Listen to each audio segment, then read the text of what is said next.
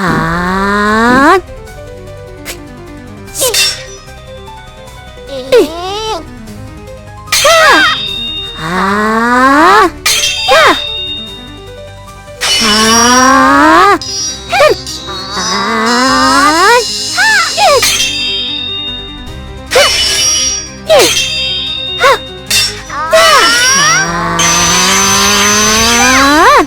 デッサイス。私たちの死神と呼ばれる無縁の武器だ。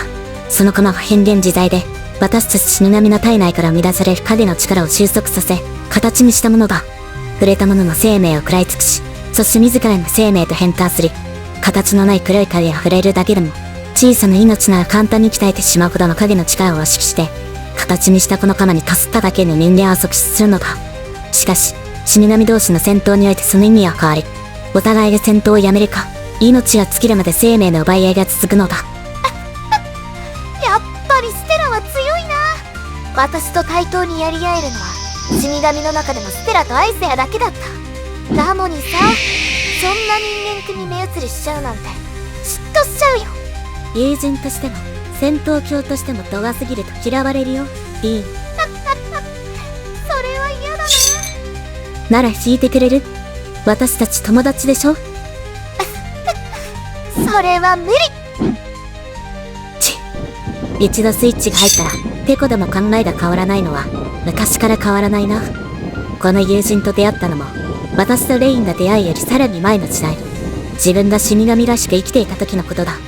900年前、人類が衰退する前は人間同士の戦争が絶えない時代だった。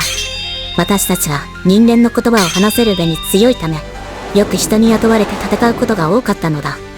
戦争は合法的に人を殺せる上に、殺したとしても個人に恨みが生きづらい。その上、大量の魂を摂取できるため、私たち死神にとって最高の狩り場だったのだ。それぞれの国に雇われた切り札として、私とリーンは出会った。あんたがリーゼル王国の名高い雇われの死神のステラね。ええ、そういうあなたはギゼア王国の死神のリーンね。当然、死神が死神を殺しても人間以上に大きい生命の見返りがあるがゆえに、戦力で劣っていないなら戦わない理由などなかったのだ。ゆえに何度も何百日も私とリーンは戦い続けても決着はつかず、国同士の戦争自体が終わりそうな頃、お互いに馬鹿らしくなったのだ。ステラ、あんた強いね。ここまでやり合えるのは私の人生の中で2人目だよ。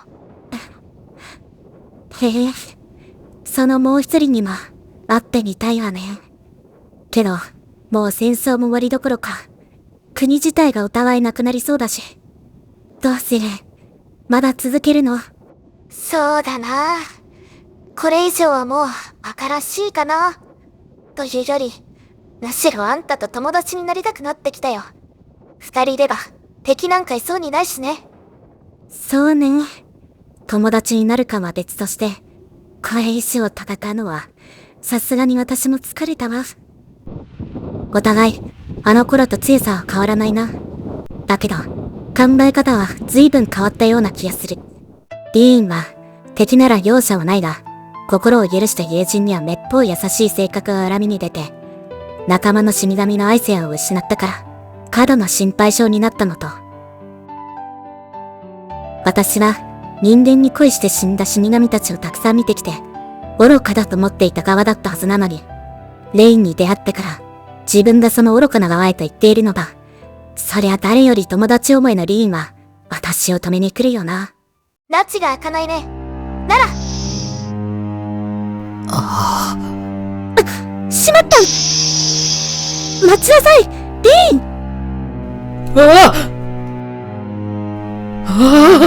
チェックメイト。